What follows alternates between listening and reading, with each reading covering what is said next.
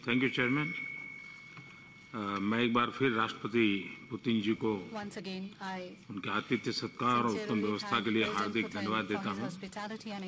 हमें इस नए क्षेत्र में आने का और उसे देखने का उन्होंने अवसर दिया।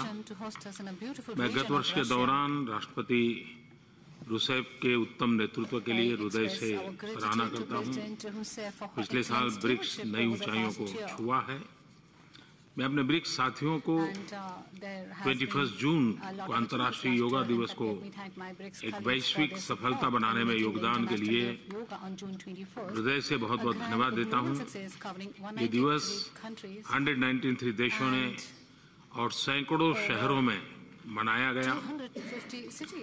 ब्रिक्स इस राजनीतिक, सुरक्षा और आर्थिक चुनौतियों से भरे विश्व में उम्मीद का एक महत्वपूर्ण स्तंभ है, क्योंकि ब्रिक्स का कार्य केवल ब्रिक्स के देशों के लिए ही नहीं बल्कि विश्व के कल्याण के लिए भी है, विशेष करके विकासशील देशों के लिए। हम लोगों की चर्चाएं काफी सार्थक रही और हमने पहले सेशन और लंच के दौरान कई विषयों पर विस्तार से विचार विमर्श किया है।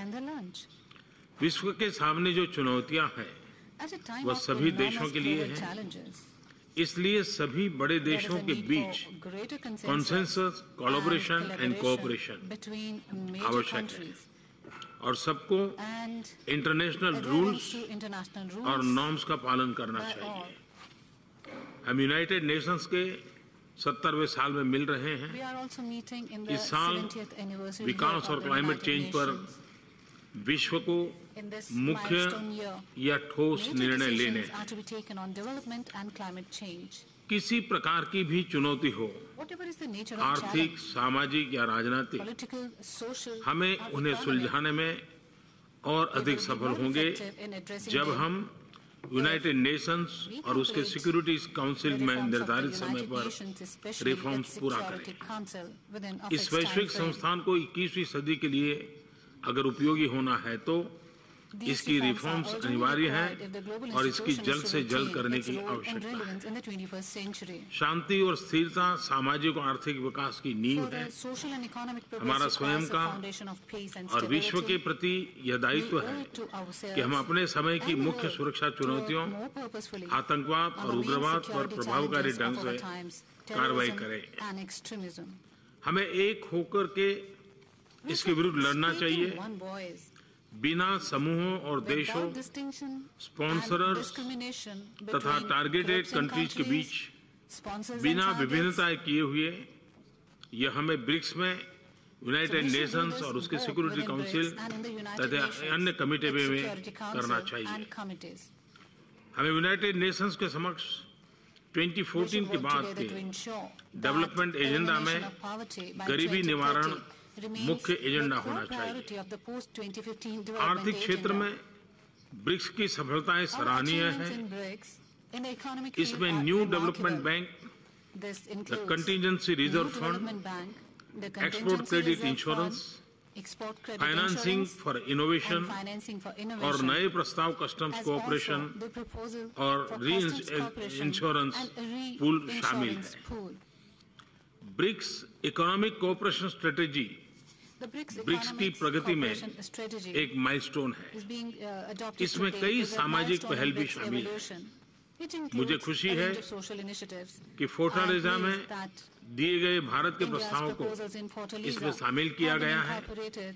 आर्थिक सहयोग पर हमारे रिस्ट्रिक्टेड सेशन में मैंने annual BRICS trade fair, BRICS railway research centre और सुप्रीम ऑडिट इंस्टीट्यूशन के बीच ब्रिक्स सहयोग हेतु सुझाव दिया था। क्लाइमेट चेंज की हमारे सामने आ रही बड़ी वैश्विक चुनौतियों में से एक है। ब्रिक्स देशों को रिन्यूएबल एनर्जी को सस्ती और सभी के लिए उपलब्ध हो सकने के लायक बनाने के लिए और एनर्जी एफिशिएंसी टेक्नोलॉजी पर एक बड़े कार्यक्रम की शुरुआत करना चाहिए। यही क्लीन एनर्जी को अपनाने का रास्ता है। मैं चाहूंगा कि न्यू डेवलपमेंट बैंक द्वारा फंडेड पहला बड़ा प्रोजेक्ट क्लीन एनर्जी में हो और यह बहुत अच्छा होगा यदि हम हमारे पांचों देशों के लिए एक साथ इसको इनिशिएट किया जाए।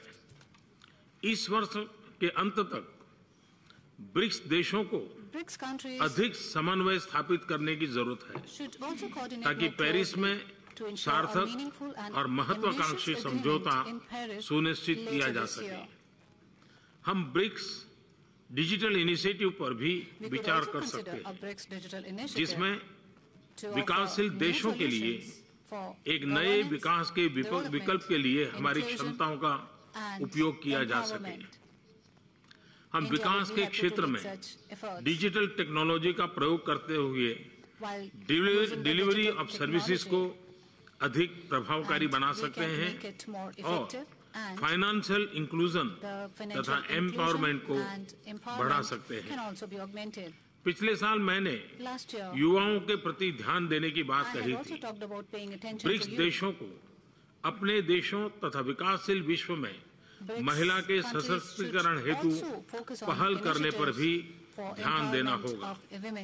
एक्सेलेंसी, हमने माइग्रेशन के मुद्दे पर बातचीत की थी।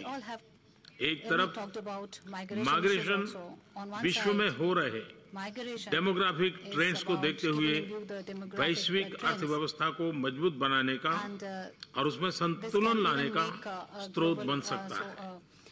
दूसरी ओर संघर्षों और अभावों के कारण पैदा हुए माइग्रेशन के कुछ ह्यूमैनिटेरियन मुद्दे भी हैं। यूनाइटेड नेशंस को इस पर गहराई से विचार करना चाहिए। हम BRICS standing working group on migration स्थापित करने के लिए BRICS heads of migration services की पहली बैठक के आयोजन की पहल के लिए रूस का स्वागत करते हैं। कृषि क्षेत्र में हम सभी समान रूप से मजबूत हैं और कई क्षेत्रों में तो विश्व में प्रथम स्थान पर भी है। मेरा यह सुझाव है कि ब्रिक्स एग्रीकल्चर रिसर्च सेंटर की स्थापना की जाए, जो संपूर्ण विश्व के लिए एक बड़ा उपहार होगा। इसी प्रकार से हम एक व्यवस्था बनाने पर विचार कर सकते हैं जिसमें हम कृषि और लैंड रिच देशों में उत्पादन तथा इंफ्रास्ट्रक्चर में निवेश कर अतिरिक्त उत्पादित खाद्यान्नों के हिस्से को खाद्यान्न की कमी वाली देशों में भेज सकते हैं। यह दूसरा महत्वपूर्ण कदम होगा। जल की कमी भविष्य की एक महत्वपूर्ण चुनौती है। विकासशील देशों में जल की उपलब्धता, उसका बेहतर प्रयोग, पीने के पानी की व्यवस्था मुख्य चुनौतियां हैं। यह ऐसा क्षेत्र है जिसमें हम सभी देशों का अच्छा अनुभव तथा एक्सपर्टाइज है, जिससे हम अपने देशों तथा अन्य देशों में बदलाव ला सकते हैं। मेरा यह भी सुझाव है कि फोरम बनाए जाए जो हमारे प्रांतों या राज्यों और हमारे लोकल गवर्नमेंट को आपस में जोड़े। वे एक दूसरे से काफी कुछ सीख सकते हैं। शहरीकरण एक बड़ी चुनौती है, परंतु आने वाले दशकों में यह एक बड़ा अवसर साबित हो सकता है। हम शहरों के बीच कन्वर्सेशन एंड कोऑपरेशन की प्रक्रिया शुरू कर एक दूसरे से काफी कुछ सीख सकते हैं।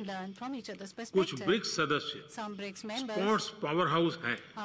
हमें ब्रिक्स स्पोर्ट्स काउंसिल की स्थापना कर किसी एक खेल में वार्षिक तौर पर ब्रिक्स स्पोर्ट्स मीट्स का आयोजन करना चाहिए। इसकी शुरुआत के रूप में हम अगले वर्ष भारत में फुटबॉल मीट का आयोजन कर सकते हैं। यह ऐसा खेल है जो सभी ब्रिक्स देशों में लोकप्रिय है। अंत में फिर से प्रेसिडेंट पुतिन को एक सफल शिखर सम्मेलन के लिए बधाई देता हूं।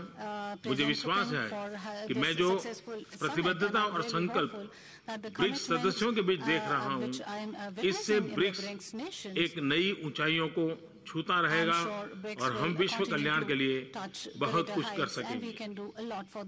अगले साल मुझे भारत में आपका स्वागत करने का सौभाग्य प्राप्त होगा। भारत में अगले ब्रिक्स के लिए मैं आपको आमंत्रित करता हूं। मैं अपनी बात पूर्ण करने से पहले आज अगले वाले सत्र में एक अच्छा विषय आया था कि हम लोग एक ब्रिक्स फिल्म फेस्टिवल को डेवलप करें। मेरा एक और सुझाव है कि अगर हम ब्रिक्स के लिए फिल्म अवार्ड भी अगर कर सकते हैं तो एक प्रकार से मैं समझता हूँ तो काफी हम प्रमोट कर सकते हैं, क्योंकि इस क्षेत्र में फिल्म मेकिंग को एक प्रकार से कल्चरल एक्टिविटी का हिस्सा भी बन सकता है, जो एक दूसरे को जानने पहचानने का कारण बन सकता है। तो उस पर भी हम विचार कर सकते हैं। मैं फिर एक बार प्रेसिडेंट पुतिन का और आप सबका बहुत बहुत आभार व्यक्त करता हूँ। धन्यवाद। Благодарю вас, уважаемый господин